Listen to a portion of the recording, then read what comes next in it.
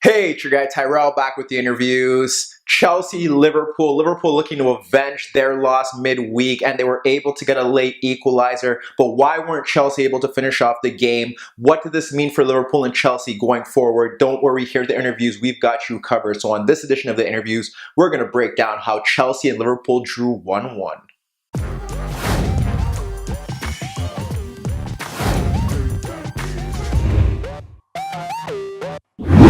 So before we get into today's video, don't forget to give our video a thumbs up if you like it. Don't forget to subscribe to our channel, and if you do, don't forget to click the bell below because it does give you updates on when we do upload our daily content, which is organic, unfiltered soccer/footy analysis. But let's get to the game. In today's video, we're going to break down how Liverpool pressed from goal kicks and how they sat without the ball, how Chelsea were able to overcome it, how Liverpool were able to make a late surge towards the end of the first half, and what happened in the second half. But first, let's get to the starting lineups. We start with Liverpool. They bring back their star players, Mane, Firmino, Salah up front. In midfield, they go with Henderson, Milner, and Wijnaldum.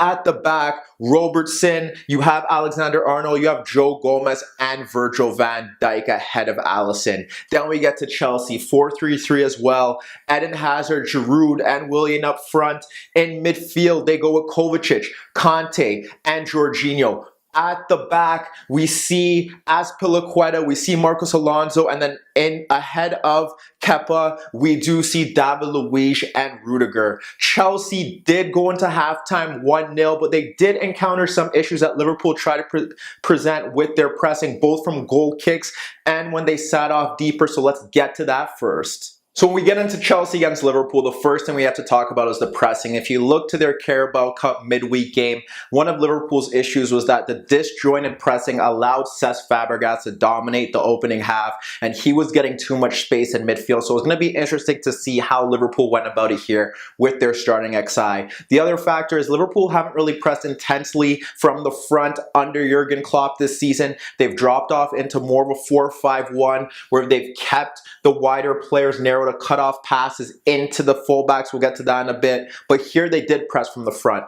Unlike other teams that probably would have punted the ball forward and looked to bypass that and try to win aerial duels, Chelsea were brave and they looked to play out of the back. And there were some pros and there were some cons, and we're going to get to that first. So when we look at it, Chelsea building out the back, they want the fullbacks high, but Liverpool have Mane and they have Salah pressing Rudiger and David Luiz. You have Jorginho trying to drop in, and what happens there is you have Firmino following him. If they play the ball out wide to Azpilicueta, you have Milner pushing out, you have Henderson sitting on Conte, and then you'll have Wijnaldum sticking with Kovacic. Opposite, you have Wijnaldum pushing out to Marcos Alonso, Henderson covering his man who is Kovacic, and Milner will stay in his position. At that time, you have Liverpool's center backs pushing higher up the pitch. You have the fullbacks in Alexander-Arnold and in Robertson pushing to Willian and to Hazard, and Chelsea are really bogged into their half, and then you don't want to lose the ball in your third to this Liverpool side because they're ruthless and they will make you pay. So how did Chelsea go about it? Well, we see in the opening minutes, they play it to Azpilicueta. We see Milner pushing out, and what happens there is with Azpilicueta pushing out, we see Jorginho, who's able to get in behind Mane because Firmino doesn't follow him, and Mane obviously sticks with Rudiger. What happens here is Jorginho's able to get onto the ball, and he instantly looks for Giroud. So Giroud steps to it, but Van Dijk gets in front of the ball. So he gets in front of it. Now you have Jorginho and you have Kovacic here, and you have Mane pulling off into space to the left of Kovacic. The ball is played into him there. He's able to drive forward. He flashes a shot inches wide. He should hit the net, but that is a warning sign to Chelsea because they need to do better, and that Liverpool front three will make you pay if you continue to make those mistakes. However, on two other occasions, we saw the good of what Chelsea were trying to do, and we saw some good defending from Liverpool center backs. We look at it again, ball is switched out to Azpilicueta. What happens here is that Milner's able to drop off into that space, and he pushes out to try and get onto him. What happens now is that with Milner looking to push it into him, we see Willian drop off.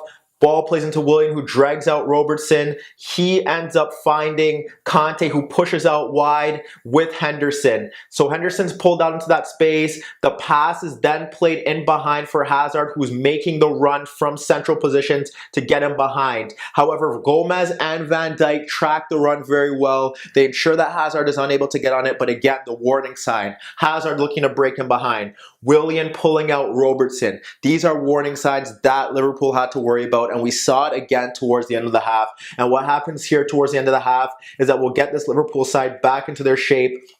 What happens now is that, again, you have Jorginho, and what happens with Jorginho is, that's interesting, is that when Liverpool were dropping off, you would have Jorginho pressed by Firmino blocking off the space, and you'd have Henderson pushing out to him. So that was one of the key aspects to what they were trying to do. This was more from building out of the back, and what happens here is that you have Jorginho, he pushes towards the left of where that's going, so he gets away from the press, the ball is dropped off to him, he's able to switch it out to Azpilicueta. Now you have the Milner presence there. What happens now is that the ball is then dropped off to Rudiger, who then plays it into Willian, and you see Willian end up dragging out Robertson. He plays it back to Azpilicueta. This time it's Conte who makes the run in behind because players are out of position. He makes the run into that channel, but Van Dijk tracks it well and intercepts. But again, we look at Chelsea looking to play in behind. There was one time where Kepa ended up kicking the ball out to the left channel when they didn't want to play out of the back. It was one of the rare moments where they did do that, and he was closed down by Alexander-Arnold and Milner. But for the most part of it, they were trying to build out of the back. They were brave. They didn't worry about that first mislapse that happened that almost led to a Mane goal, and Liverpool had to cope with it. They were doing it with their center backs tracking the runs well, but again, there was a bit of worry about their pressing. But now we have to get to how they defended without the ball, because they often had more moments like that instead of pressing from goal kicks. So we get to how Liverpool were dropped off without the ball. Chelsea really struggled to create chances. We see Liverpool, this is their base shape. This is what they're all about.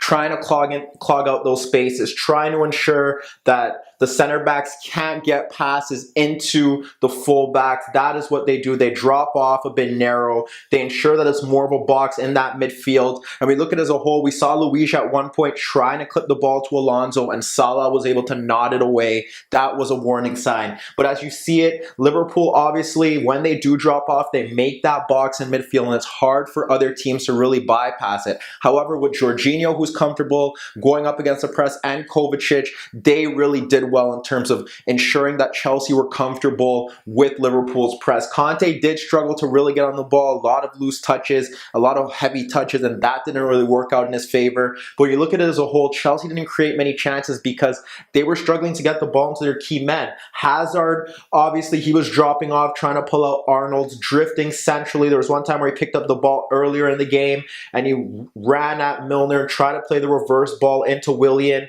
But what happened there was that Alisson was quick off his line to ensure that he couldn't get onto it. But Hazard was drifting centrally, trying to link play with Giroud, trying to find those triangles. But when you think about it as a whole, when you look at the actual shape, you have Milner pushing to Conte, you have Wijnaldum pushing to Kovacic.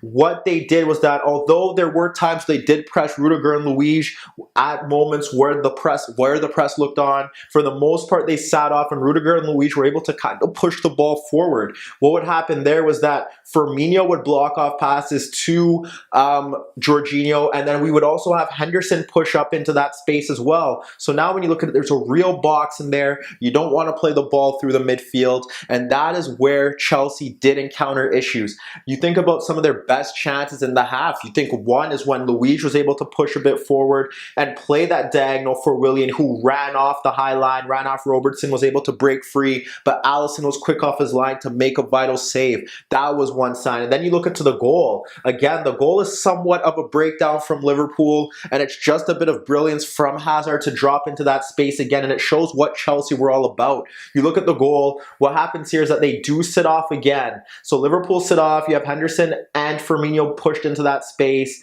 What happens here is that Milner and Wijnaldum have swapped sides, and that did happen during the midway point of the first half. So what happens here is that as Luis is stepping forward, you end up seeing Milner starting to make that press. Now you see Hazard drop off, and he drags out Arnold with him. So as he drags out Arnold with him, what happens there is that the ball is played into him. He back heels it into the space of Kovacic, who is at marks. So Kovacic is at mark now. He back heels the ball into him. What happens now is that he's already on the run. So he's already on the run. What happens now is that you see Alonso pushing Salah back. And what happens is the ball is now with Kovacic. Henderson steps to him. He's able to play it to Jorginho and then get it back. And when he gets it back, what happens with Kovacic is he's able to locate that pass into Hazard in the space, who's already breaking off. Hazard's able to break in free, and it's a fine finish from a player who wasn't renowned for scoring many goals or being that ruthless in the box until this season. But you look at it as a whole, you look at Chelsea, they're pulling the fullbacks out. Yes, they're attacking that space. Liverpool's pressing did cause them a few issues, and their defense were able to make up for the issues that they encountered when they did press from goal kicks. But when you think about it as a whole, Chelsea didn't create that many chances despite being ahead and slightly being the better side in that first half. Liverpool eventually adjusted, and we're going to get to that now as to how they were able to find space behind Chelsea's backline, and it will give you a hint. It's once again like Chelsea attacking the fullbacks. Now when we get into what Liverpool were trying to do, we look at Chelsea. Chelsea in a 4-3-3, what happens is that it becomes a 4-5-1 without the ball, and they never really look to press from the front in the higher positions based on the fact that they allowed Liverpool to push forward, but once they got beyond half, that's when we kind of saw the press start, and we saw Giroud looking to press one of the center backs, and what often happened is that the ball was pushed out to Gomez, you would see Kovacic step forward, and if Giroud was pressing Gomez, then you'd see Conte step forward as well. What happens with Liverpool is that they have a narrow front three, so Mane is going to try and stick it narrow, Firmino's going to try and drop off, Alonso was extremely tight on Salah, and now you're thinking, how is Liverpool going to break this down? Because we've seen them encounter issues against compact defenses this season, teams that could press, teams that could sit off a bit and deal with the pressure, and with Chelsea's counter-attacking threat and ability to bypass Liverpool's pressing, they weren't too worried about the situations. But what we saw in the opening stages was a big threat from Salah and from Firmino. The problem with Liverpool is that they lacked the quality to find that final pass in the final third, but they still create opportunities where it made you think, perhaps they can get a goal here. And what often happened was the fact that Eden Hazard wasn't really tasked with defending, and that was a big problem for Chelsea. And at some point, we did see Giroud playing out wide with Hazard up front because he wasn't looking to get back, and Liverpool were constantly pushing Alexander-Arnold forward. We look at one opportunity, and it stems from simply Alonso having to step to Arnold, and what happens there is that with Alonso stepping to Arnold, because Hazard is so high, what happens is that now you have Salah in a pocket of space. He's in that pocket of space, and what happens here is that you see Firmino make that dart to drag away Luis. So he darts into that space behind Alonso. The ball is end up being played into Firmino, who gets away from Jorginho coming across, who gets away from Rudiger, and he curls his effort wide. Yes, it wasn't the best chance, but it was a warning sign that Liverpool were there and they could offer you a threat. And we saw that throughout the game, just little chances where they were able to find that space. It was Firmino always looking to get that ball in behind or make that run in behind, and Salah looking to press. There's another time where Liverpool were able to break from their half, and what happens is that the ball is instantly played in behind for Alonso, and we see Alonso running. We see Salah running at Alonso. He cuts out, cuts in. We see Firmino making the run across the center backs. Salah tries to play that reverse pass for him. However, he's unable to get it to him. Big warning sign. But again, just look at the opportunities that being stemmed, and that is a warning sign. And again, we have another opportunity where you have Milner this time picking up the ball, and he's able to slide it to Wijnaldum, who pushes out to the left. Or it was Wijnaldum who was able to slide the ball to Milner, who pulls out to the left of Kovacic. And what happens here is that he's able to play the pass into Salah, who's occupying the two center backs. So he's occupying the two center backs, and you have Firmino making the darting run into that space ahead of Alonso. Again, more running from Firmino, who often doesn't get the credit for making those nifty runs into the channels. But his cross, his pullback was blocked by Luis. But again, we're seeing the warning signs. We see Luis stepping forward to to Firmino. Firmino's able to guide the ball into the path of Salah, who brushes off Alonso with ease, pulls off of him, rounds Kepa, and then what happens is that he's unable to really side foot his effort into the net. It's going goal bound, but Rudiger comes across. But as you're seeing, they wanted to exploit Alonso. And with Hazard not dropping back, that was a big problem because Arnold was able to get forward. They're able to pull defenders out what Firmino's running. But one of the things that Chelsea, when we get to it, really stems is the fact that even with Hazard not dropping off, that's not a big issue because he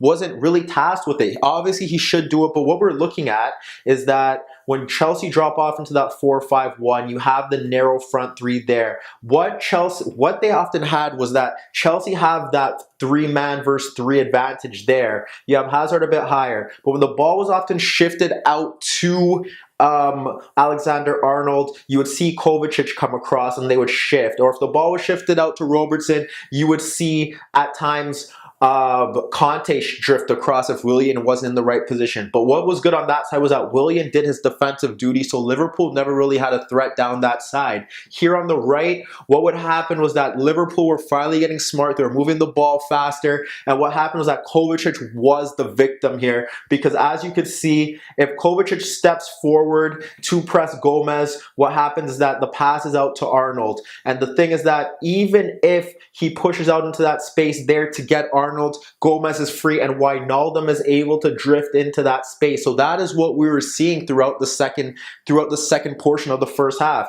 is that you'd see Kovacic drift into that space. Hazard isn't really tracking anyone. So now you have that pass there and you have Wijnaldum able to pull out into that position. We saw every opportunity that Arnold got, he was bombing forward beyond Hazard, delivering crosses into the box that were eventually cleared by Luiz or Rudiger, unfortunately, but he was pushing forward. You had on several occasions Wijnaldum adopting higher positions behind Kovacic because he was being overrun in midfield, and that was a big problem. And with Firmino there, you can't really have Jorginho push off. With Mane tucking into that space, you can't really have Jorginho shift off and help. And you have Alonso sitting on Salah. So then when you look at it, there was one play in particular where you had Luiz sitting on Wijnaldum, you had Salah combining, and what happens here is that this should have been a great goal-scoring opportunity. You see them combine, he's able to bypass Jorginho, Giroud was back there, he's able to get by Giroud,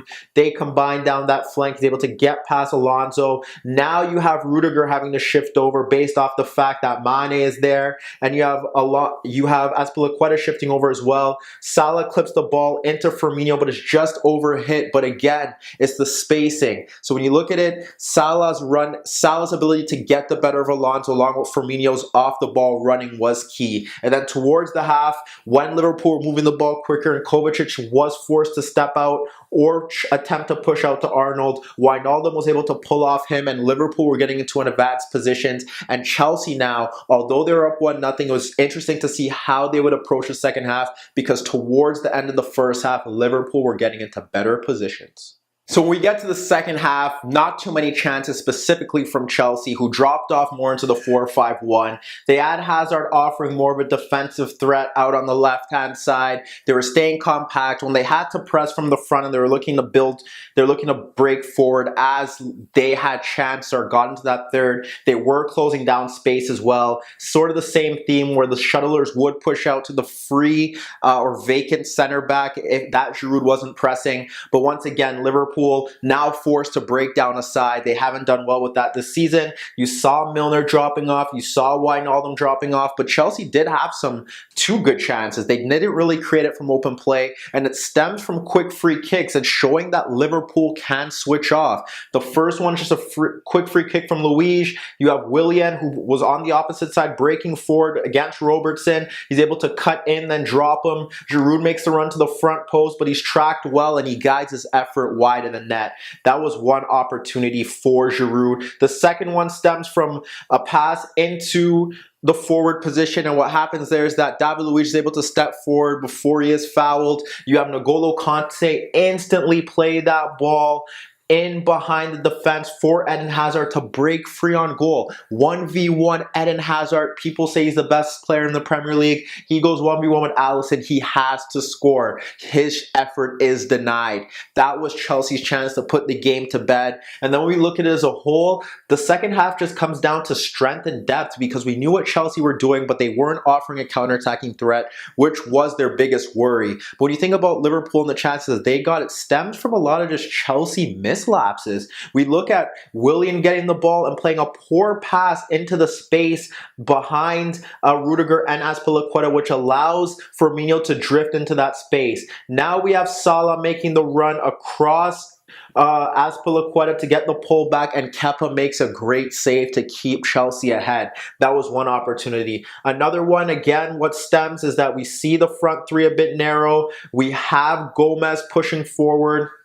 What happens here, or Van Dijk pushing forward, what happens when Van Dijk pushes forward is the fact that now we have Robertson pushing forward as well. Azpilicueta looks like he's in a great position. Azpilicueta falls. This comes right after Mo Salah is substituted for Shaqiri. So Salah, what happens is Azpilicueta drops and he falls. Robertson's able to break free on goal. Chelsea now out in a limbo. What happens is that the cross is played superbly into the box. We have Shaqiri breaking in between Alonso and David Luiz, but he fires his effort over the net. Again, another great opportunity, but nothing stems from it, and that was a big warning sign for Chelsea. Arnold able to get across into the box. We have Mane making the run in behind Azpilicueta, or across Azpilicueta. However, he's unable to get to it. Milner ends up picking the ball up. He ends up dropping both Rudiger and Azpilicueta and playing the cross to the far post for Firmino, but his effort is denied by David Luiz. You think about Chelsea, what changes are they going to make to try and stop this, to turn the tide? This is the difference between the two sides. Liverpool, depth. Liverpool able to bring on Shaqiri. Liverpool able to bring on Naby Keita. Liverpool able to bring on Daniel Sturridge. Who do Chelsea bring on? Alvaro Morata, who hasn't had a great time at Stamford Bridge, doesn't offer anything in this game. They bring on Victor Moses for Willian, who's able to offer more of a defensive threat, not much of a goal threat, but that's what they were looking for. Wasn't able to change the game and push Chelsea forward. Bring on Ross Barkley for Kovacic. Again, Barkley is the one who ended up conceding possession in the build-up to the equalizer. But when you think about it, Naby Keita comes on, offers more of a direct surge, able to dribble forward, looking to get the ball between the lines. He had one nice combination going forward.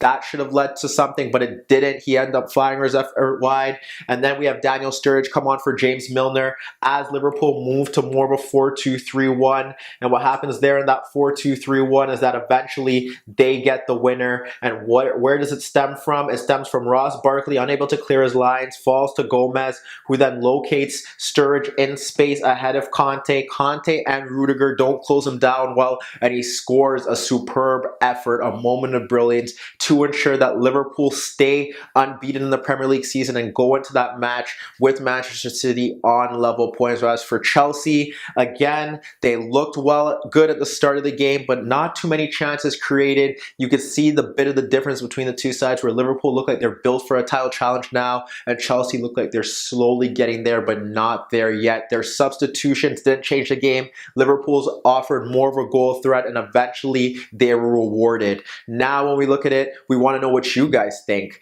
Can Liverpool seriously mount this title challenge? Are they favorites to beat Manchester City at Anfield? And what about Chelsea? Still remain unbeaten in the Premier League, but again, 2 draws in the league, and you have to question where the goal is going to come from if Eden Hazard doesn't provide moments of brilliance. Can Giroud do it consistently? Is Morata's time done at Stamford Bridge? Meet me in the comments below. Don't forget, I upload videos every day, and don't forget to subscribe to my channel. And if you do, don't forget to click the thumbs up button if you like it. And that was your daily dose of the interviews.